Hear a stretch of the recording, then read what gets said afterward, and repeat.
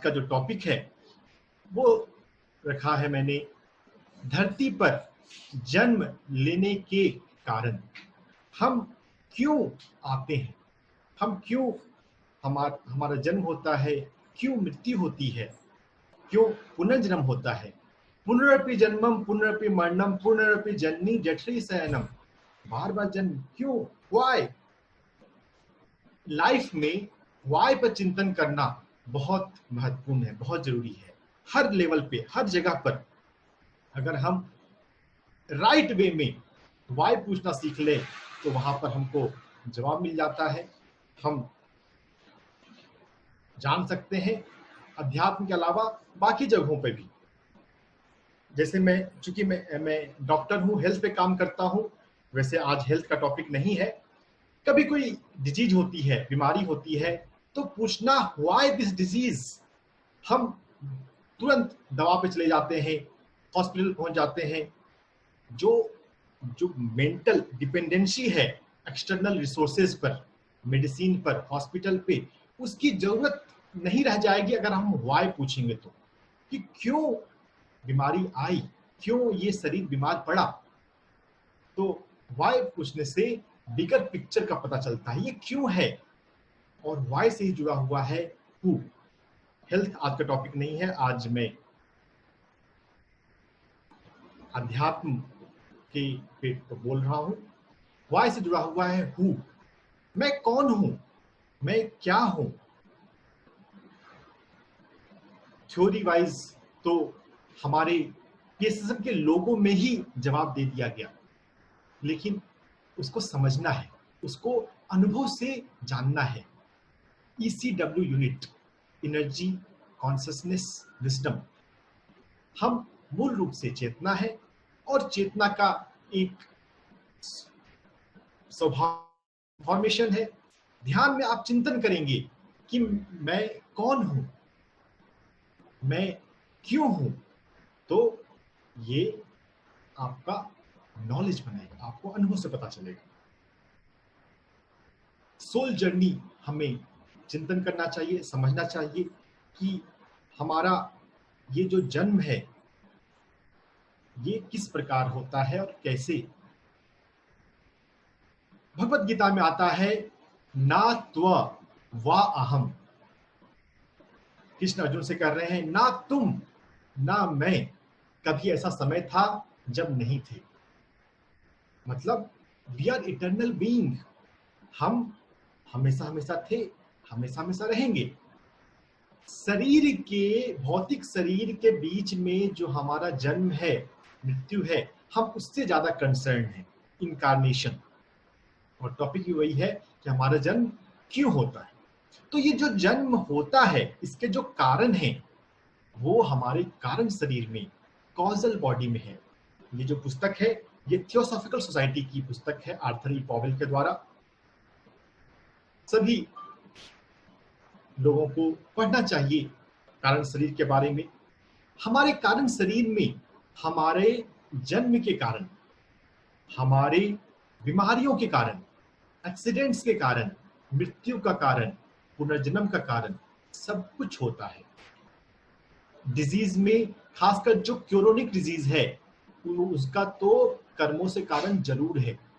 अब सर्दी खांसी बुखार है तो उसमें अब कर्म हम सोचने जाएंगे तो वो उतना अप्रोप्रिएट नहीं है। मंजू जी आप चैटिंग में लिख लीजिए रेज्ड हैंड। डिजीज कर्मा से जुड़ा हुआ है, जन्म कर्मों से जुड़ा हुआ है, और ये कर्मा हमारे कारण शरीर में स्टोर होते हैं। तो ये कर्म क्या है? कर्म तो बहुत हम सुनते हैं, लेकिन कर्म को ना बहुत बारीकी से, बहुत गहराई से समझने की जरूरत है। कर्म को कार्य कारण सिद्धांत के रूप में भी कह सकते हैं कि हमारे जीवन में हम जो भी कर रहे हैं या हमारे कारण से हो रहा है। देखिए कर्मों की गति गहन है। बारिश में आपके कारण अगर पानी रास्ते में किसी दूसरे पे पड़ रहा है और वो उसे बुरा फील हो रहा है, तो क्या उसका इफेक्ट आपके ऊपर नहीं आएगा? बिल्कुल आएगा। देखिए, हम कर्मों के लेवल पर जो सोचते हैं, सिर्फ बात वो नहीं, हमारे कारण जो दूसरे को होता है, हमारे कारण दूसरों के मन में जो इफेक्ट आते हैं, जो उसको कॉन्सिक्वेंस, उस पर भी प्रभाव पड़ता है, और वही मेन होता है। हमारी सेंस में नहीं कि मैंने ये क्या किया, आपने जो भी किया उसके कारण दूसरे व्यक्ति के मन में क्या प्रभाव पड़ा, जीवन में क्या प्रभाव पड़ा, वैसे कर्म देखे जाते हैं। तो कर्मों को सिर्फ अपने पर्सपेक्टिव नहीं देखें, मैंने तो अच्छा कर दिया ना, नहीं, जो हम अच्छा कर रहे हैं उसको अच्छा करने का ढंग, उसको बोलने और बताने का ढंग, वो बहुत महत्वपूर्ण है। और कार्य कारण सिद्धांत, हम जो भी कर रहे हैं उसका कॉन्सिक्वेंस हमें मिलता ही है। इमेज के एग्जांपल से आप खूबसूरती समझ रहे हैं कि कोई हम ऐसा कर्म किए जिसका भाव काफी लंबे समय घूम के बाद आया, हमको तो लगता है कि अरे इसमें तो मेरा कुछ था नहीं। देखिए, कर्म जो है वो तो कई जन्मों के एक लंबे समय के हैं। आत्मा के लिए समय ज्यादा मैटर नहीं करता, आत्मा के लिए कर्मा का कॉन्सिक्वेंस वही मैटर करता है। टाइम फैक्टर वहां पे उतना सिग्निफिकेंट नहीं है। तो हमको लगता है कि अरे मैंने तो कभी किसी को हक किया नहीं, फिर पता नहीं मैंने तो जाने में किसी, इस जन्म में तो मैंने किसी को कुछ किया नहीं है, फिर मुझे भगवान सजा क्यों दे रहा है। देखिए, भगवान सजा देने की बात जो है, जो लोग अध्यात्म में बिल्कुल कर्म कंसेप्ट से बिल्कुल नए होते हैं, यानी मुझे बीमारी क्यों आई, मेरी लाइफ में सिचुएशन क्यों आया है, कारण तो है। वो कारण आपको याद नहीं है, वो अलग बात है। याद करने का कोशिश करेंगे ध्यान से, ध्यान में या ड्रीम के माध्यम से आपके स्पिरिट गाइड आपको बता जाते हैं। हर जगह पर कारण तो है, बिना कारण कुछ नहीं है। देयर आर नो इनजस्टिस, कहीं पर अन्याय नहीं हो रहा, हम बस उस बिगर पिक्चर को देख नहीं पा रहे, इसलिए हमको लगता है कि गलत हो रहा है। तो यहां पर बात समझनी है कि ये जो कर्म है ये अपने आप हमारे साथ होता रहता है। जो भी हमने दूसरों के साथ किया, अगर हम दूसरों के जीवन में अगर अनवांटेड चीजें डाली, अनवांटेड, तो वो हमारे जीवन में भी होगा, उस पर्सन के माध्यम से हो या किसी और पर्सन के माध्यम से हो, लेकिन होगा तो जरूर। जो हम दूसरों के साथ कर रहे हैं वही हमारे साथ होता है। There are no exception. हमारा हर एक कर्म वास्तव में हमारी अपनी ओर ही डायरेक्टेड है। तो अगर कोई व्यक्ति बिजनेस में कभी किसी को चीट करता है, कोई अगर चोरी करता है, तो वास्तव में वो खुद से ही चुरा रहा है, खुद अपनी ही धन की चोरी कर रहा है। अगर किसी को हम नुकसान पहुंचाते हैं, जो इविल माइंडेड लोग होते हैं जिसको हम एंटी सोशल एलिमेंट कहते हैं, वो वास्तव में अपना ही नुकसान कर रहे हैं। और इसका उल्टा भी सही है, अगर हम दूसरों की सेवा कर रहे हैं, दूसरों के जीवन में हम ध्यान या अध्यात्म ला रहे हैं, तो भी हम चेतना के तल पर अपना ही मदद कर रहे हैं। तो इसलिए जो भी सेवा करने वाले ध्यान मास्टर हैं, वो लाइफ में ना एक्सपेक्टेशन को छोड़ दें। एक्सपेक्टेशन जो है वो दुख का कारण है। गौतम बुद्ध ने हमें सिखाया, expectation is cause of misery. तो अगर जब हम किसी को दूसरे को ध्यान सिखाते हैं या किसी दूसरे के हेल्प करते हैं, तो रिटर्न की उम्मीद नहीं करनी चाहिए, नॉट इवन थैंक्स। अगर दूसरा व्यक्ति दे दे तो धन्यवाद, ना दे तो यूनिवर्स से हिसाब किताब रखें, जो कि रहता ही अपने आप। हम जैसा बोलते हैं वैसा पाते हैं। हमारा हर एक विचार, हमारा हर एक शब्द उसका प्रभाव आता है। तो हम भूल जाते हैं जो हमने 20 साल 30 साल या पिछले जन्म में बोया, और हमको लगता है कि ये ऐसा क्यों आ रहा है। इसलिए जीवन में जब भी प्रॉब्लमेटिक सिचुएशन आए, कोई कन्फ्लिक्ट आए, तो वहां पर धैर्य से उसको बियर करना चाहिए। सफरिंग हो तो घबराना नहीं है, धैर्य रखना है। धैर्य सबसे बड़ा लेसन है कर्मों के level.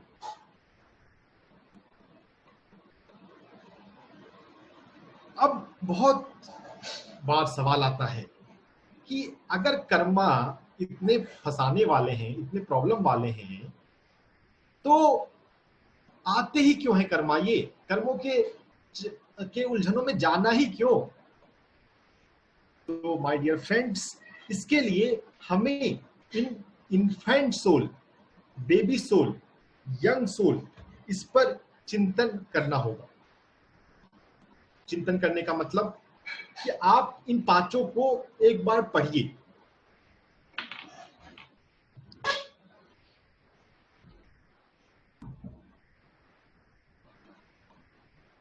Infant soul, baby soul, young soul, mature soul. बहुत लोगों ने इस कंसेप्ट को पहले सुना होगा, लेकिन सिर्फ सुनने के साथ साथ इसको ना गहराई से समझना है कि हम बेबी सोल के रूप में, यंग सोल के रूप में किस तरह से जीवन जीते हैं। देखिए, ये हम मूल रूप से चेतना है, आत्मा है, और इस आत्मा की इकाई है, इस चेतना की इकाई है आत्मा। Individual consciousness is soul. और जो आत्मा है वो चैतन्य लोक में, ब्रह्म लोक में, अद्वैत स्थिति में, एकत्व स्थिति में रहती है। वहां पर कॉन्ट्रास्ट नहीं है। ये जो अर्थ प्लेन है, ये प्लेन ऑफ ड्युअलिटी है, प्लेन ऑफ कॉन्ट्रास्ट है। तो यहां पर हम धरती पर अनुभव लेने आते हैं। बेबी सोल के रूप में, यंग सोल के रूप में हमारे जीवन में बस एक ही प्रायोरिटी होती है, अनुभव लेना। उस समय हम कर्मों वर्मों के बारे में नहीं सोचते। तो बेबी सोल के रूप में, यंग सोल के रूप में जो कर्म हमने एक्यूमुलेट कर लिए, माय डियर फ्रेंड्स, हमें उनको ओल्ड सोल के रूप में, मैच्योर सोल के रूप में बैलेंस करना ही होता है। देखिए, जो कर्मा है ये हमने कुछ इम्बैलेंस क्रिएट किया जीवन में, प्रकृति में, हर जगह पे ना संतुलन है। हमने कभी किसी के प्रति वायलेंस किया, हमने कभी किसी का फ्री विल रिस्ट्रिक्ट किया, तो हमें भी उस तरह के अनुभवों से गुजरकर इस बात समझनी है कि ऐसा चीज नहीं करना है। तो जो कर्मा क्रिएट हुए, जब हमको सिर्फ एक्सपीरियंस लेने का ही पड़ा था, तो उसको हमें चुकाना होता है उन अनुभवों से गुजरते हुए, पेशेंस के साथ, धैर्य के साथ। जब कभी कार्मिक एक्सपीरियंस, कार्मिक इफेक्ट हमारे जीवन में आ रहे हैं, उस समय अगर हम कंप्लेन करते हैं, भगवान तू ना बड़ा निर्दयी है, देख मैं इतना अच्छा काम करती हूँ फिर भी तुम मुझे इतना दुख देता है, अगर कंप्लेन करते हैं, तो complain is also sort of mental karma. You are not understanding law of karma, law of balance, law of cause and effect. Patience के साथ उन्हें बियर करना है और हमें सर्विस करनी है, सेवा। सेवा पे आने से पहले मैं इस एक्सपीरियंस के लेवल पे एक बात कर दूं कि एक जो एक्सपीरियंस है, ये कॉन्शियस एक्सपीरियंस भी होता है और अनकॉन्शियस एक्सपीरियंस है। बेबी सोल, यंग सोल के रूप में हम अनकॉन्शियस एक्सपीरियंस कर रहे हैं, बस जीवन में जी रहे हैं।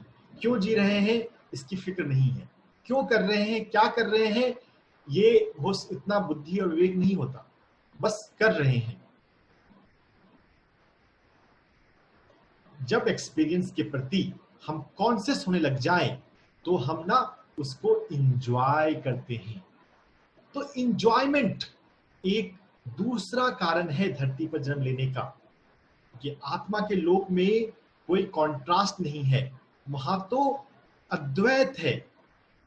अद्वैत को एकत्व या एकात्म भी कहा और समझा जा सकता है। यहां पर कॉन्ट्रास्ट है। कॉन्ट्रास्ट का मतलब यहां पर गर्मी है, ठंड है, यहाँ पर मीठा है, यहाँ पे नमकीन है, यहाँ पर दुख है, यहाँ पे सुख है, यहाँ पर प्रेम है, यहाँ पे बिछड़न है। अब किसी दोस्त से लंबे समय के बाद मिले तो कितना खुशी होती है, कितना अच्छा लगता है। रात के बाद दिन आता है, अंधेरे के बाद फिर सुबह होती है, तो उसका एक अपना एक एंजॉयमेंट है।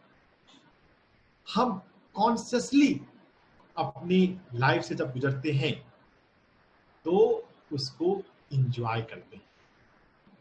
एक्सपीरियंस से तो सभी गुजर रहे हैं, बेबी सोल, यंग सोल भी गुजर रहे हैं, लेकिन वो अनकॉन्शियसली जा रहे हैं, उनको पता नहीं है वो क्यों कर रहे हैं। ओल्ड सोल के रूप में अगर आप इस क्लास तक पहुंच गए, अगर आप सुन रहे हैं, अगर आप चिंतन कर रहे हैं कि ये धरती पर जन्म क्यों होता है, हम मरते क्यों हैं, क्या मरना एंड है, क्या मरने के बाद भी कुछ है, अगर आप इन सभी विषयों पर चिंतन कर रहे हैं, ध्यान के माध्यम से जानना चाहते हैं what is after death, why we incarnate, तो my dear friends, you are a old soul. धरती पर हम 300-400 जन्म, कहीं 600 जन्म तक लेते हैं, 300 to 600 लाइफ टाइम। तो इंजॉय करना, और इंजॉयमेंट कॉन्शियसली होता है जब आपको बात गेम प्लान समझ में लग जाए। अच्छा, ये कर्मा का इफेक्ट अभी आ रहा है, उस जन्म में मैंने किया था, उसका भी इफेक्ट ये आया, ओके, मैं इसे शांति से अनुभव लेकर निकाल दूंगा।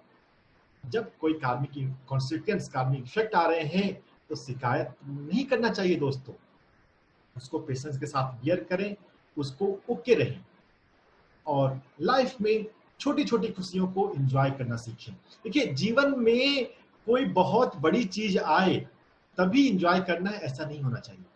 छोटे बच्चे देखिए, किसी भी बात से वो खुश हो जाते हैं, किसी भी बात से खेलने लग जाते हैं, कोई छोटी चीज भी मिल जाए उसको भी वो एंजॉय करते हैं, सेलिब्रेट करते हैं। हमें ये सीखना है, एंजॉय करना, और जैसे जैसे आपको ये कॉन्शियस होता जाएगा आप इसको एंजॉय करने ही लग जाएंगे। और यहाँ पे एक और बहुत इंटरेस्टिंग बात है कि जब ये पूरा सृष्टि का खेल, ये आत्मा जन्म मरण का मैकेनिज्म समझ में आने लग जाए तो 300 जन्म, 600 जन्म, तो अगर 300 जन्म है या 301 जन्म है, इससे बहुत ज्यादा फर्क क्या पड़ जाता है। तो बहुत सारे ध्यान साधक मास्टर चाहते हैं कि ये मेरा ये जन्म आखिरी जन्म हो। ऐसा सोचना अच्छी बात है, लेकिन हमें ना डिवाइन प्लान के, कॉस्मिक प्लान के हार्मनी में, सिंक्रोनिसिटी में जीवन चलना चाहिए, जीना चाहिए। अगर पृथ्वी ग्रह की जरूरत हो, ग्रैंड कॉस्मिक प्लान की रिक्वायरमेंट हो, तो एक जन्म अगर एक्स्ट्रा भी हो जाए तो क्या फर्क पड़ जाता है। अगर सर्विस करने के लिए या किसी और कारण से आना हो तो ज्यादा व्यग्र नहीं होते कि इसी जन्म को आखिरी जन्म बनाना है। देखिए, जितना आप समझोगे कर्मों को, उतना तो आपका ये आखिरी जन्म हो जाएगा। लेकिन सिर्फ चाहने से साथ साथ हमें ना चिंतन करना चाहिए, चिंता नहीं करनी चाहिए, चिंतन करना चाहिए। Karma balancing, Karma releasing, balancing और रिलीजिंग में थोड़ा सा छोटा सा फर्क आ जाता है कि जब हमने कुछ बोया है तो उस बोए का फल हमें मिलेगा, तो उसको हम समझते हैं, पेशेंस के साथ बियर करते हैं, उसको न्यूट्रल करने के लिए, उसके इफेक्ट को कम करने के लिए हम अपोजिट पॉजिटिव कर्मा करते हैं। बहुत सारी आध्यात्मिक परंपराओं में कहा जाता है कि हमें अपने संसाधनों का, हमें अपने मंथली इनकम का 10% कम से कम स्पिरिचुअल वर्क के लिए, सोशल वर्क के लिए कंट्रीब्यूट करना चाहिए। वो एक एवरेज पैटर्न है कि हम हमारे माध्यम से सोसाइटी का भी कुछ भला हो। हमेशा जो जहां भी स्पिरिचुअलिटी की बात आए, हमें बढ़ चढ़कर हिस्सा लेना चाहिए। तो ये क्या है, ये बैलेंसिंग में कंट्रीब्यूट करता है। लेकिन रिलीजिंग, अगर किसी व्यक्ति के प्रति आपके मन में द्वेष है, किसी ने आपको कोई धोखा दिया, कुछ मिसबिहेव किया, आपको याद आता रहता है, अरे ये बंदा ठीक नहीं किया। देखिए, याद करते रहने से वो उसका सॉल्यूशन नहीं होगा। उसको फॉरगिव करना और रिलीज करना वो जरूरी है। तो जब रिलीज करने की बात हो तो वहां पे टाइम फैक्टर ज्यादा नहीं होता, अंडरस्टैंडिंग फैक्टर मेन होता है। जब बैलेंसिंग है तो वहां तो जो जितने, अगर हमने 10 कांटे बोए हैं दूसरों के जीवन में, तो हमें तो वो 10 तो एक्सपीरियंस करने ही पड़ेंगे। हाँ, उसके इफेक्ट को कम करने के लिए आप फूल भी लगाएं, दूसरों के जीवन में सुगंध लेकर आए, खुशियां लेकर आए, तो वो बैलेंसिंग। और रिलीजिंग में हम फॉरगिव करके उसको रिलीज कर देते हैं, अपने आप को डिटैच कर लेते हैं। रिलीज करने के लिए एक और फैक्टर है, ध्यान से आता है ज्ञान, आत्मज्ञान। अगर हमें अद्वैत का अनुभव हो जाए, हम चेतना है इस बात का अनुभव हो जाए, फिर हम बॉडी कॉन्शियसनेस से तो ऊपर उठ जाते हैं। जब शरीर ही हम नहीं हैं, तो शरीर के लेवल पे जो हमने अनुभव लिया, जो कर्म किया, उससे हम कितना अपने आप को एसोसिएट करेंगे? नहीं करेंगे। हम हर चीज को सरेंडर मोड पे करने लग जाएंगे। तो अगर हम आत्मा के स्थिति में जीने लग जाएं, ध्यान योग से आता है ज्ञान योग। ज्ञान किसका? आत्मा का, चैतन्य ब्रह्म का। तो फिर कर्मा, ध्यान की अग्नि से कर्म जल जाते हैं, हम सरेंडर मोड में आ जाते हैं। तो कर्मों को ट्रांसेंड करने का वह भी एक बात का भी तरीका है। इसके अलावा Karma balancing, Karma releasing, going through experience and enjoying. उसके अलावा सर्विस, सेवा। सेवा क्या है? देखिए, सेवा है दूसरों के जीवन में माध्यम बने दिव्यता की। दुनिया में, पृथ्वी ग्रह पे हर जगह तो देखिए डिवाइन कॉन्शियसनेस ही होना चाहिए। हर काम डिविनिटी से इंस्पायर्ड हो, केयर हो, कंपैशन हो, म्यूचुअल रिस्पेक्ट हो। जहां जहां पे ये नहीं है, वहां वहां पे देर सवेर कभी न कभी स्ट्रगल आएगा और लोग जानेंगे। अभी जैसे पैंडेमिक में, कोरोना पैंडेमिक में बहुत लोगों की इकोनॉमी सफर हो रही है, बहुत सारे लोग टफ टाइम से गुजर रहे हैं। तो इस सिचुएशन में वो चिंतन करने को मजबूर है कि ये जिंदगी क्या है। तो जहां पे भी डिवाइन कॉन्शियसनेस ऑलरेडी है, जहां पर पहले से लोगों ने समझ रखा है कि हमें जो भी काम करना चाहिए वो डिवाइन अवेयरनेस से, डिवाइन पावर के कम्युनियन में करना चाहिए। जो भी हम काम करें उसमें मीडियम बन के करें। हम नहीं कर रहे, कर तो वही रहा है। कुछ लोग गुरु के माध्यम से करते हैं कि अब जैसे कोई साईं बाबा के भक्त हैं, अरे साईं करवा रहा है, मैं कौन हूं करने वाला। तो वो भी एक भाव है गुरु के प्रति सरेंडर होकर करना। या यूनिवर्सल डिवाइन पावर, उसके मीडियम होकर भी हम कर सकते हैं कि जो भी हो रहा है वो तो उसके माध्यम से हो रहा है, हम तो बस माध्यम हैं, करने वाला तो वही है। काम करते हो तुम कन्हैया, नाम मेरा हो रहा है, ऐसा भजन और सॉन्ग भी है। तो हम मीडियम बन जाएं, तो डिवाइन पावर को, दिव्य शक्ति को हर जगह तो काम करना ही है, हर जगह तो लाइफ का ग्रोथ, लाइफ का एक्सपेंशन तो होना ही है। जितने ज्यादा से ज्यादा सर्वेंट आ जाएं, डिवाइन मीडियम आ जाएं, उतना ये जिंदगी स्वर्ग बनते जाएगा। हमको डिवाइन का माध्यम बनकर इस जिंदगी को, इस दुनिया को खूबसूरत बनाना है। यही सभी आत्मा का एक कॉमन पर्पस है, थीम है। देखिए, धरती पर हम जन्म लेते हैं तो सभी के जीवन का एक कारण होता है, सोल पर्पस है। लेकिन सभी सोल पर्पस में एक फैक्टर, एक थीम तो कॉमन है कि वो सर्विस से रिलेटेड होता है। हमें सेवा का कोई काम करना चाहिए जिसके माध्यम से ह्यूमैनिटी में डिविनिटी फैले, समाज में अच्छाई फैले, अध्यात्म आए। ऐसा कोई काम हमें सोचना चाहिए, करना चाहिए, प्रोफेशन के रूप में भी और स्पिरिचुअल सर्विस के रूप में भी। ध्यान सिखाना सबसे अच्छी सेवा है। सभी ध्यान साधक अपने आसपास के लोगों को, अपने परिवार को ध्यान जरूर सिखाएं। Teaching meditation is highest service. हम धरती पर सर्विस सीखने, डिवाइन पावर के मीडियम बनने आते हैं। तीसरा कारण सर्विस मीडियम के अलावा है बिकमिंग रोल मॉडल। हम दूसरे लोगों के लिए, दूसरे साधकों के लिए एक प्रेरणा स्रोत बने। हमारे जितने भी संत हैं, योगी हैं, वो हमारे लिए एक इंस्पिरेशन है। जैसे महाअवतार बाबा जी हैं,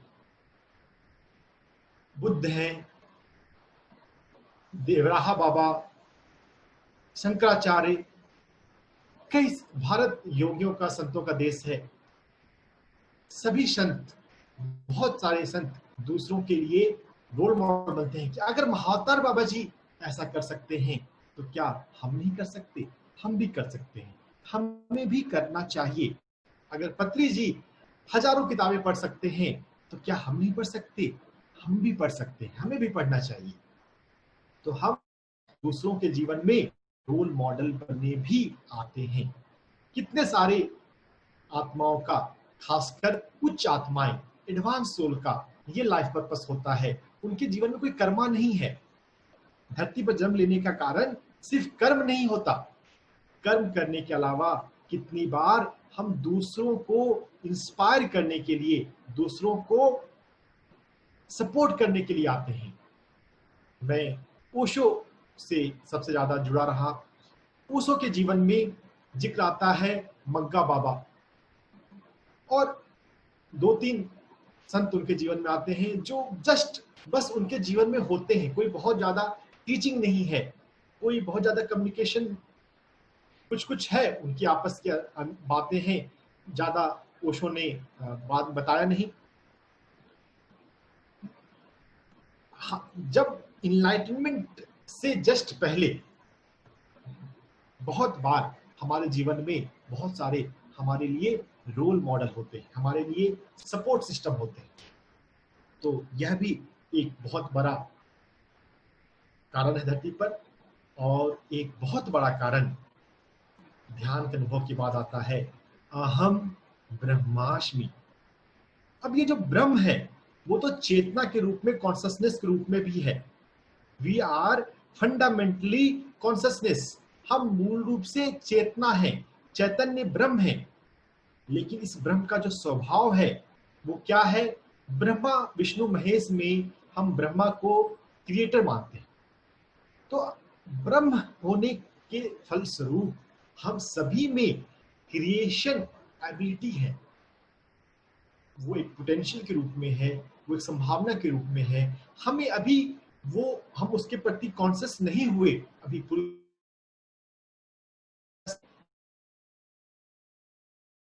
लेकिन जानने हम थोड़ा बहुत तो कर ही रहे हैं। हम हमारे जीवन में हमारा जो छोटा सा घर है, अगर हम घर बनाते हैं तो वो हमारा क्रिएशन है। आप अगर सजाते हैं, करते हैं, तो उसमें आपका को क्रिएशन है। वी आर क्रिएटर्स एंड को क्रिएटर्स। ये क्रिएटर्स और को क्रिएटर्स क्या कि अब इस धरती पर 7 बिलियन लोग हैं, तो क्या सिर्फ मेरा ही जिम्मेदारी है इस पृथ्वी को सुंदर बनाना? नहीं, उस सभी 7 बिलियन सोल्स का रोल है। तो हम सभी को क्रिएटर्स हैं। क्रिएटर्स और को क्रिएटर्स बात एक ही है। इस धरती को, इस दुनिया को हम स्वर्ग बनाएं, ये हमारा एक लाइफ पर्पस है। धरती पर सिर्फ खाने पीने सोने नहीं आए हैं, हम धरती को सुंदर बनाने आए हैं। Let's create heaven on this earth. धरती पर स्वर्ग बनना चाहिए, आना चाहिए। न्यू एज की बात हो रही है, एक्वेरियन एज की बात हो रही है, फिफ्थ डायमेंशन की बात हो रही है कि धरती पर दोस्तों, हर परिस्थिति में धैर्य एक बहुत बड़ा हमारे लिए लेसन है। इंटरनेट चला गया तो आंख बंद करके रिलैक्स कर लें। और वैसे भी हमें बार बार बीच बीच में हर 1 घंटे पर, हर थोड़ी देर पर अपने आप को सेंट्रलाइज करना चाहिए। कोई भी काम शुरू करने से पहले, अंत करते हुए हम ध्यान में उतरें, ध्यान में जाएं और अपने केंद्र से सोर्स को हम हेवन की तरफ से मानते हैं। देखिए, कोई ये आसमान की बात नहीं है कि ऊपर है हायर डायमेंशन, ये हायर फ्रीक्वेंसी की बातें हैं।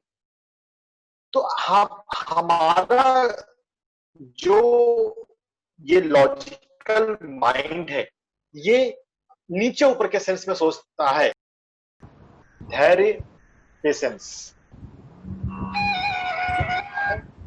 क्या हो रहा है, अच्छे के लिए हो रहा है। यह परिस्थिति भी हमारे भीतर धैर्य को विकसित करेगी। जीवन में कुछ भी हो जाए माय डियर फ्रेंड्स, कभी भी घबराना नहीं चाहिए। अरे आप अनंत हैं। आप 100 साल की जिंदगी, 120 साल की जिंदगी में एक दिन, एक अनुभव के प्रति कंसर्न हो रहे हैं। धरती पर तो ऐसे 300 जन्म अभी आपने लिए होंगे या लेने होंगे। तो क्या धैर्य, घबराना नहीं। तो धरती पर जन्म लेने के कई सारे कारण हैं। जो मुख्य 5 कारण हैं उनका मैंने जिक्र किया।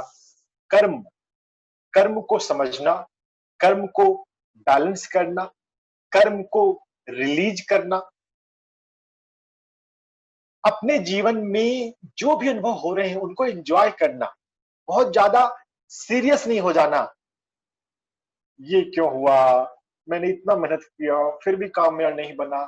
धैर्य रखो, नहीं बना फिर से कोशिश करना। Sir, hello sir. Enjoyment, service. हम सिर्फ जीवन ना जिए, सिर्फ खाना पीना सोने के अलावा हम अपने आसपास के लोगों में अध्यात्म लाएं, अच्छाई लाएं। धैर्य के साथ ध्यान सिखाएं। जब ध्यान हम सिखाते हैं, जो नया व्यक्ति है उसको कुछ नहीं पता, ज्यादा नहीं पता, तो उसको थोड़ा पेशेंस के साथ ध्यान सिखाना चाहिए। अपने तरफ से आप आर्ट ऑफ कम्युनिकेशन सीखें, राइट वे में एक्सप्लेन करना कि दूसरे व्यक्ति को समझ कैसे आता है। अब कुछ बच्चे हैं तो उनको कहानी के माध्यम से, फिक्शन स्टोरी, मूवी के माध्यम से, कोई इंटेलेक्चुअल है तो उसको भगवत गीता और उपनिषद के माध्यम से, कोई साइंस वाला व्यक्ति है तो उसको डेविड हॉकिंस के पावर वर्सेस फोर्स के माध्यम से, किसी को हेल्थ चाहिए तो लुई हे के माध्यम से, पॉजिटिव थिंकिंग सिखाने के लिए अलग अलग चेतना के व्यक्ति को, अलग अलग बुद्धि के स्तर के लोगों को हमें ध्यान में सिखाने के लिए थोड़ा सा अलग अलग माध्यम अपनाना पड़ सकता है। और वही आर्ट ऑफ सर्विस है, art of teaching, art of communication. और धैर्य तो होना बहुत जरूरी है, साधक के लिए भी और नए शिक्षकों के लिए। धैर्य इसलिए जरूरी क्योंकि हम तो अनंत हैं, इटर्नल बीइंग हैं। मेडिटेशन से हमको अपना इटर्निटी ग्लिम्स होता है। नो दाई सेल्फ, अपने आप को जानो। यह बात तो हमने सुनी है, लेकिन ये अपने आप को जानने का मतलब क्या? अपने आप को जानने का मतलब कि हमारा जन्म कई बार होता है, इस बात को जानो। हमारा जन्म में जो हमारे अनुभव आते हैं वो हमारे किन विचारों के फलस्वरूप, किन कर्मों के कारण आ रहे हैं, इस बात को जानो। और जब हम जान जाएंगे तो आप अपने आपकी लाइफ में जो हो रहा है उसके लिए आपके मन में कोई शिकायत भाव, कंप्लेन भाव नहीं रहेगा कि भगवान तुम मुझे कष्ट दे रहे हो, तकलीफ दे रहे हो। भगवान किसी को कष्ट तकलीफ नहीं देता। ये ऑटोमेटिक स्पॉन्टेनियस मैकेनिज्म है कर्मा का। हाँ, स्पिरिट गाइड्स और मास्टर्स ऑफ कर्मा होते हैं हमें सपोर्ट करने के लिए, लेकिन वो कर्मा में इंटरफेयर नहीं करते। अगर हम उससे पूछें, अगर हम पत्रेजी से, डॉक्टर न्यूटन से, किसी अच्छे मास्टर से, टीचर से पूछें तो वो हमें बताएंगे, लेकिन वो कर्मा नहीं लेते। बहुत सारे ऐसा समझते हैं कि गुरु कर्मा लेता है। गुरु कर्मा नहीं लेता। गुरु तो आपको कर्मों से बाहर आने का रास्ता बताता है। तो गुरु से, मास्टर से, भगवान से कर्मों को कम करने के लिए नहीं मानना चाहिए। जब कभी प्रॉब्लम आ रही हो, कोई बीमारी आई हो, तो ऐसा नहीं बोलना चाहिए कि भगवान मेरा कैंसर ठीक कर दो, मेरा ये बीमारी ठीक कर दो, मुझे ऑपरेशन ना कराना पड़े। इसकी बजाय हमें बुद्धि मांगना चाहिए, ज्ञान मांगना चाहिए कर्मों का, कि मुझे समझ में आए कि कर्मों के व्हील से, चक्र से कैसे बाहर आते हैं। कर्म को कार्मिक व्हील के रूप में कहा गया क्योंकि ये जीवन घूमता है। हम जिन अनुभवों से गुजरे उसी अनुभवों से आते हैं जब तक हम उनको बैलेंस ना कर लें। Life experience repeats unless lesson is learned. जब तक सीखे नहीं वो चीज हमारे जीवन में आएगी। कोई अनुभव, कोई प्रॉब्लमेटिक पर्सन आपके जीवन में आ रहा है तो हो सकता है आपको कर्मों के लेवल पे कुछ सीखना है, कुछ बैलेंस करना है। कंप्लेन मत करें दूसरे व्यक्ति के प्रति या सिचुएशन के प्रति। कर्मों को समझें, उसको रिलीज करना सीखें, फॉरगिवनेस करना सीखें, पॉजिटिव कर्मा करना सीखें, प्रार्थना करना सीखें। सभी लोगों के लिए प्रार्थना करें।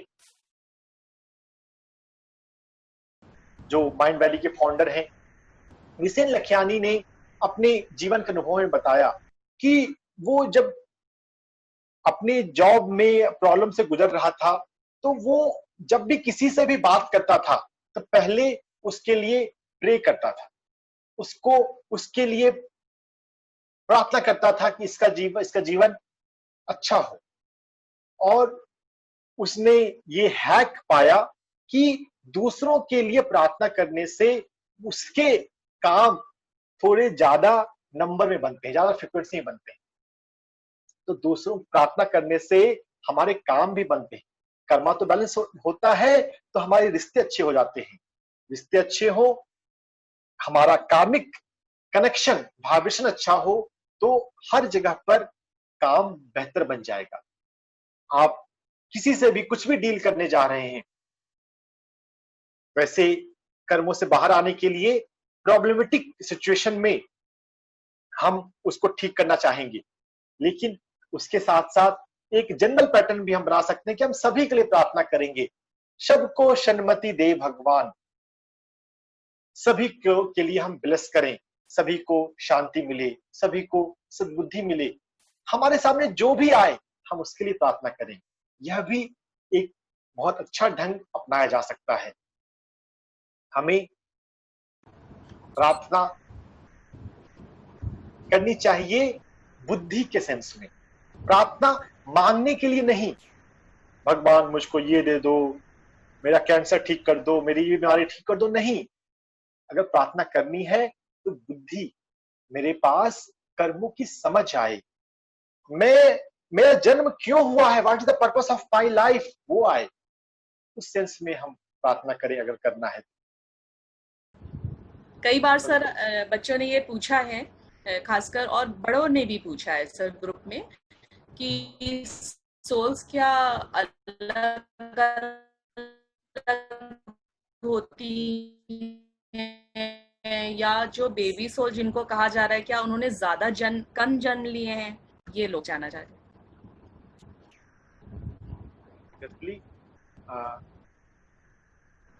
नंबर ऑफ जन्मास के बेसिस पर नंबर ऑफ एक्सपीरियंस है हमारे जीवन में। जनरली हम अनुभवों से ही ग्रो करते हैं। देखिए, अनुभवों के साथ साथ अगर अनुभवों का चिंतन हो तो वो एक्सपीरियंस का कंक्लूजन हमारी कॉजल बॉडी में, कारण शरीर में एक्यूमुलेट होता है, इससे कॉजल बॉडी का ग्रोथ होता है। इसलिए जीवन में चिंतन करना चाहिए कि मैंने जीवन में क्या क्या किया जिसकी वजह से ये हुआ। वैसे तो बिगिनर के लेवल पे यही बोलते हैं कि ज्यादा सोचो मत, सरेंडर करते हुए चलो। लेकिन आराम से ना थोड़ा चिंतन भी करना चाहिए कि लाइफ में कौन से एक्शन, कौन से कर्मा मुझे अपलिफ्ट कर रहे हैं, करते हैं। हम उन कर्मों पर, उन एक्शन पर फोकस करें। बस करते रहना। अगर सरेंडर का भाव आ गया है तो वो भी एक ठीक है बिगिनर्स के लिए, लेकिन हम चिंतन भी कर सकते हैं। बेबी सोल, यंग सोल के नंबर ऑफ इनकारनेशन कम है, ऑब्वियस है ये बात। अभी उनका अगले जन्म में या भविष्य के जन्मों में वो भी कभी ना कभी ओल्ड सोल के लेवल पे आएंगे। इसीलिए बहुत बार पत्री जी कहते हैं कि अगर कोई व्यक्ति ध्यान नहीं सीख पाता तो हम बहुत ज्यादा उसके पीछे छोड़ दें, अगले जन्म में आएगा, इट्स ओके। बहुत ज्यादा ना हमें अटैच भी नहीं होना चाहिए जब हम किसी को ध्यान सिखाने लगते हैं। हाँ, हमें अपने तरफ से अच्छी कोशिश करनी चाहिए, लेकिन अगर बात ना बने तो छोड़ दीजिए। थोड़ा सा प्रयास करने के बाद बहुत ज्यादा पीछे मत पड़िए, अगले भविष्य के जन्मों में वो आएंगे। बेबी सोल, यंग सोल के नंबर ऑफ इनकारनेशन कम है, और इनकारनेशन चाहे जो भी हो, ओल्ड सोल में भी, अर्ली ओल्ड सोल में चिंतन कम है। अगर चिंतन करें तो फिर ज्यादा होगा फायदा।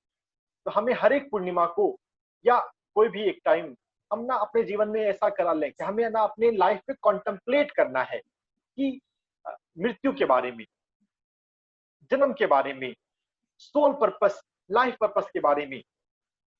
मैंने जब अपने जीवन पे कॉन्टेम्पलेट किया, पत्री जी ने 7 साल पहले ही मुझे कहा कि स्वामी जी आप स्पिरिचुअलिटी में फुल टाइम आइए। उस समय मैं हॉस्पिटल में जॉब कर रहा था, तो मुझे समझ में आया कि मैं क्या करूंगा।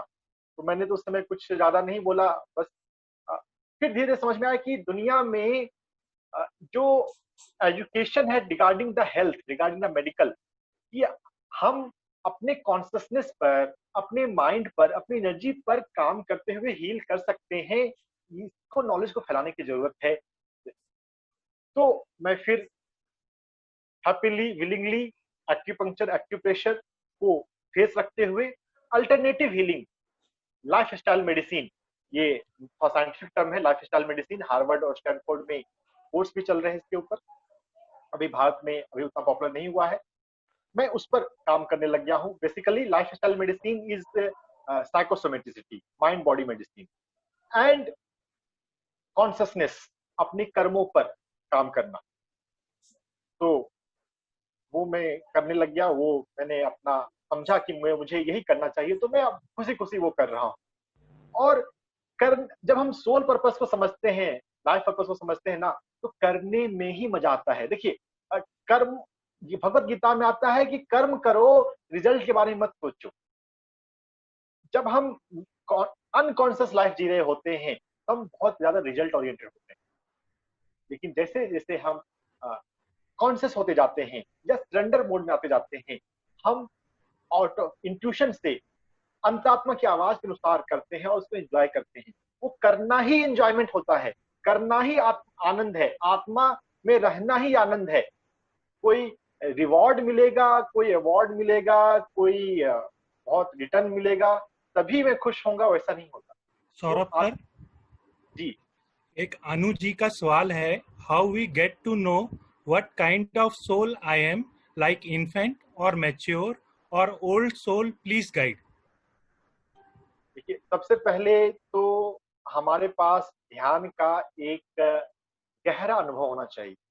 ये किताबों को पढ़ के हम बाहर से भी तो इंफॉर्मेशन ले सकते हैं, नॉलेज ले सकते हैं, लेकिन वो हमारे जीवन में ना विस्डम भी बनना है और उसके लिए ध्यान कंपलसरी है।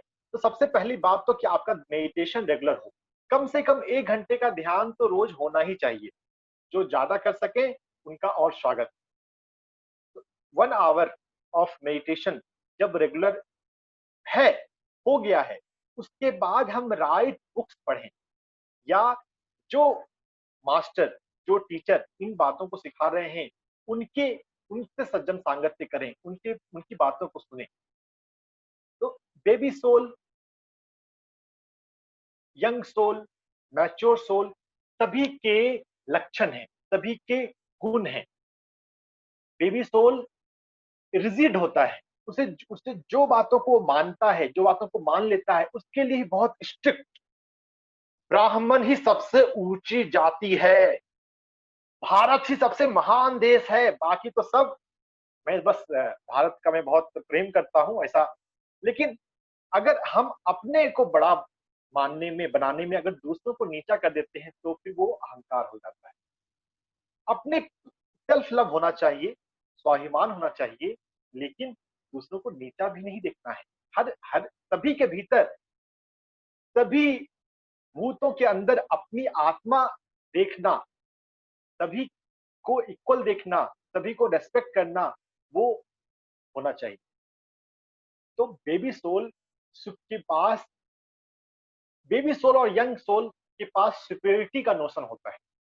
यंग सोल इंडिविजुअल के रूप में सुपीरियरिटी को फील करता है, baby soul as a community superiority को फील करता है कि हिंदू धर्म सबसे महान धर्म है, ब्राह्मण सबसे उच्च जाति है, भारत सबसे बड़ा देश है। इस तरह का कोई भी भाव लोग ब्राह्मण के अंदर भी कर लेते हैं, या एक एग्जाम्पल है, कोई किसी भी तरह कर सकते हैं, भूमिहार में कर सकते हैं, कोई क्रिश्चियन में, प्रोटेस्टेंट ज्यादा बेटर हैं। इस तरह का भाव और उस तरह के भाव में दूसरों को नीचा समझना, नीचा दिखाना, वो बेबी सोल का लक्षण। स्ट्रिक्टनेस, रिजिडिटी, ये बेबी सोल का भाव है। कई सारे हैं, आप इस सेंट माइकल की टीचिंग है, फेसबुक पर मैं डॉक्टर एस रंजन एक्यूमेटर्स के नाम से आप जुड़ जाइएगा, आपको वो लिटरेचर मैं रेफर कर दूंगा, सेंट माइकल की टीचिंग सोल लेवल पे। तो ये गहरा कंसेप्ट है, थोड़ा समय देना चाहिए, लेकिन फिर भी तो सुन लीजिए। बेबी सोल कम्युनिटी के रूप में सुपीरियर फील करता है, रिजिड होता है धर्म के लिए। यंग सोल इंडिविजुअलिटी के रूप में सुपीरियर समझता है, I am this, I am boss, you have to listen me, मैं यहाँ का लीडर हूं, मैं यहाँ का बॉस हूं, तुमको सुनना पड़ेगा। इस तरह का भाव, देखिए ये इस सेंस को समझे, ये कहीं भी आ सकता है, किसी घर में भी आ सकता है, कोई परिवार में मेरी बात चलनी चाहिए। और जब मैं हेल्थ पे काम कर रहा हूं तो बहुत सारे कारण ना, जैसे घुटनों का दर्द है, मैं सोल लेसन्स को डिजीज से भी कोरिलेट कर पाता हूं कि रिजिडिटी जो है वो नी पेन के रूप में रिफ्लेक्ट होती है। तो अगर जिनको पास रिजिडिटी है, बेबी सोल, यंग सोल, को छोड़ना पड़ेगा। कितनी बार हम ओल्ड सोल के रूप में आ जाते हैं, हम ध्यान में आ गए, अध्यात्म में आ गए, लेकिन वो संस्कार, वो इफेक्ट अभी थोड़ा बचा हुआ है। हाथी आ गया लेकिन हाथी की पूंछ बाकी है ना। देखिए, हम एग्जाम में अगर 30%, 50% अगर ले आए तो पास करके हम अगली क्लास में आ जाते। इसका मतलब ये थोड़ी ना कि हमने पिछली क्लास का हम 100% हमने मास्टरी कर लिया। तो जो रेसिडुअल है उसको भी सीखना पड़ता है, उसको आप पूरी तरह छोड़ के बाहर नहीं जा सकते। तो जहां भी आपको समझ में आए कि यहाँ पे मुझे सीखना चाहिए, यहाँ पे ये चीज ना मुझे परेशान कर रही है, ये ट्रबल कर रही है, उस सब्जेक्ट पर चिंतन करें, वहां पर देखें कि मुझे क्या सीखना है। Life is a learning, life is a lesson. Lesson के टर्म में लाइफ को सोचना सीखें। अगर वो सोचना सीख लेंगे ना तो हर लेवल पे हम आगे बढ़ेंगे। ओल्ड सोल में भी हम अंदर 7 लेवल है, उसमें हमें आगे आगे जाते जाना है। बेबी सोल, यंग सोल वाला फीचर अगर हम ओल्ड सोल में अगर अंदर मर्ज कर लें तो baby old soul, young old soul, mature old soul, old old soul. Baby soul rigid होगा, मेरा गुरु ही सबसे महान है। Young soul, I am a senior meditator, you have to listen me. ध्यान साधना को भी ईगो का माध्यम नहीं बना लेता है, ये यंग का होता है। ओल्ड इंजॉय करता है, वो भीतर जाने में रहता है, वो आंख बंद करता है और शून्य में उतरता है। शून्य से भीतर से जो आता है वो करता है, इंट्यूशन को जीता है। मैच्योर सोल और ओल्ड सोल वो ट्रबल क्रिएट नहीं करते। कहीं भी झगड़ा जो शुरू होता है ना, वो यंग सोल शुरू करती है, या यंग ओल्ड सोल, मतलब उसका इफेक्ट अगर आ रहा हो तो, और उस झगड़े को कंटिन्यू करना वो बेबी सोल वाले काम करते हैं।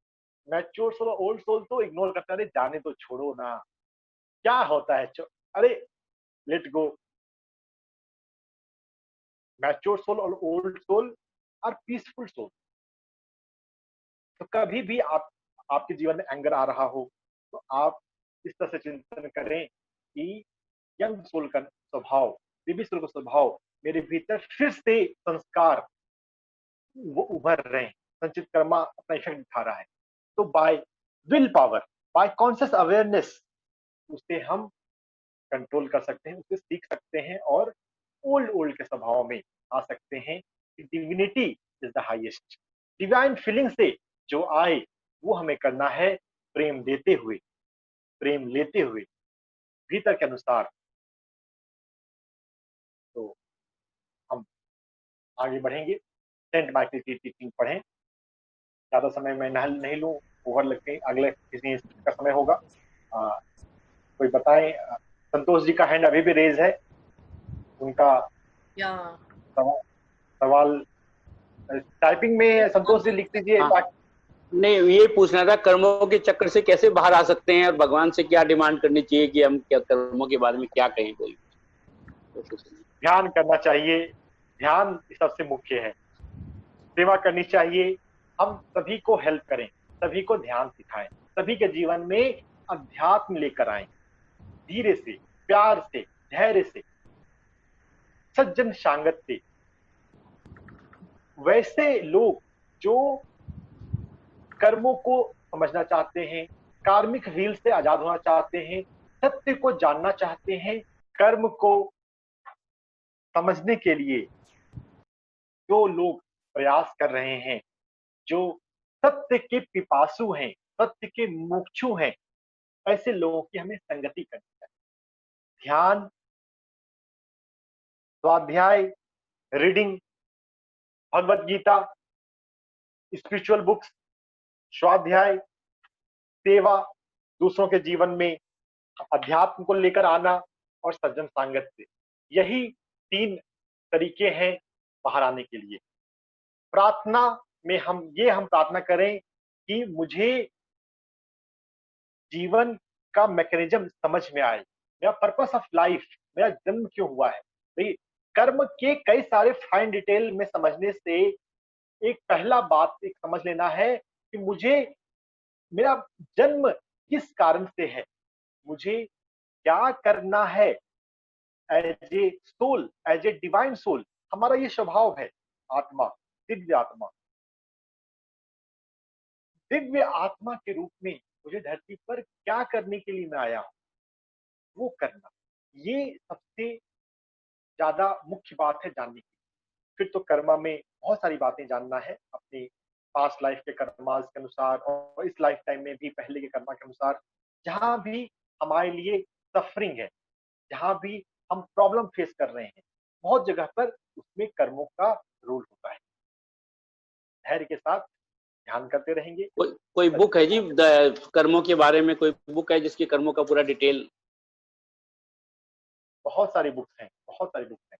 सबसे हिंदी में कोई हिंदी में कोई बुक है तो बता दो कर्मों के बारे में।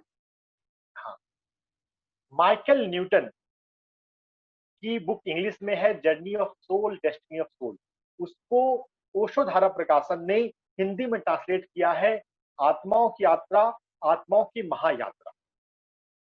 गूगल पे जाकर आप destiny of soul Hindi type करेंगे तो वो आ जाएगा, वो आप मंगा कर पढ़िए। जन्म का कारण, soul, old soul, advance soul, उनके फीचर्स, वो सब उसमें केस वाइज उसमें डिस्कस किए गए हैं, बताए गए हैं। थोड़ी गहरी किताब है, थोड़ा समझने में, थोड़ा आपको मेडिटेशन का सहारा चाहिए, वो सिर्फ इंटेलेक्चुअल लेवल पे आप नहीं समझ पाएंगे। तो रोज ध्यान, 1 घंटे का ध्यान हो, और ध्यान से बाहर आने के बाद तुरंत या कभी भी आत्माओं की महायात्रा, डेस्टिनी ऑफ सोल को पढ़ें। और बहुत सारी किताब है, डेस्टिनी ऑफ सोल पढ़ लीजिएगा। उसके बाद doctor S Ranjan active meditation नाम से मैं फेसबुक पे हूँ, जुड़िए, पूछिए, दर्जनों किताब बता दूंगा। बहुत अच्छा सर, आपने पूरी तरह से आई थिंक सेटिस्फाई कर दिया है सभी को। और सर सभी लोग बॉडी लैंग्वेज से सब दिख रहे हैं सर, हैंड्स थम्स अप करते हुए। विजय सर भी। सर बहुत अच्छा लगा, आपने संक्षिप्त में बहुत बड़ी बड़ी चीज़ें बहुत अच्छे से बताई, और डायग्नोस्टिक क्या है कर्म का एक्चुअली वो आपने पूरा अच्छे से समझा दिया। और आई होप सर ये बल्कि ऐसा है कि हम लोग बार बार इसको देखें, एक बार में बहुत डिफ़िकल्ट चीज़ें हैं, कॉन्सेप्ट्स हैं, और बहुत मनन चिंतन करने पर। Yes sir. डिफिकल्ट बोलने के बजाय हम ये बोलें कि गहरी बात है, गहरी। डिफिकल्ट से ना हमारे माइंड में आता है कि अरे ये बहुत मुश्किल है, नहीं, ये गहरी है। गहरी चीजों को हमें बार बार पढ़ना चाहिए, बार बार चिंतन करना चाहिए, और एंजॉय करना चाहिए। Yes sir. तो बहुत बहुत थैंक यू सर, आप आए और एक बार में सर आपने हम लोग के लिए हामी भर देते हैं, ये पूरे अधिकार से हम लोग इसीलिए आपको बुलाते भी हैं sir. Thank you so much sir. It's my pleasure to share wisdom, जो भी मेरा अपना ध्यान का अनुभव है, जो मेरा आउट ऑफ बॉडी एक्सपीरियंस है, जो मेरा अपना ड्रीम एक्सपीरियंस है, जो मैंने असेंडेड मास्टर से, एस्ट्रल मास्टर से, कॉजल मास्टर से सीखा है, और जो स्वाध्याय से सीखा है, वो सभी बांटने में ही आनंद आता है। Service is the way of living. 5 कारण जो हैं धरती पर आने के, उसमें सर्विस मेरा एक मुख्य कारण है। तो मैं उसको एंजॉय करता हूँ। I am happy to speak on any platform जहाँ पर ऐसा हो। आप लोग बहुत अच्छा काम कर रहे हैं, बहुत बढ़िया, बहुत का बहुत बहुत धन्यवाद। ऐसे ही सर हम लोग आगे भी आपको बुलाते रहेंगे सर, अब बहुत सारे प्रोग्राम्स हम लोग करते रहेंगे और बुलाते रहेंगे आप लोगों को एक बार से सर चलेगा नहीं जरूर जरूर। धरती पर हमें स्वर्ग बनाना है, लेकर आना है। हर तरफ शांति हो, प्रेम हो, अध्यात्म हो, खुशियां हो, एंजॉयमेंट। Yes sir.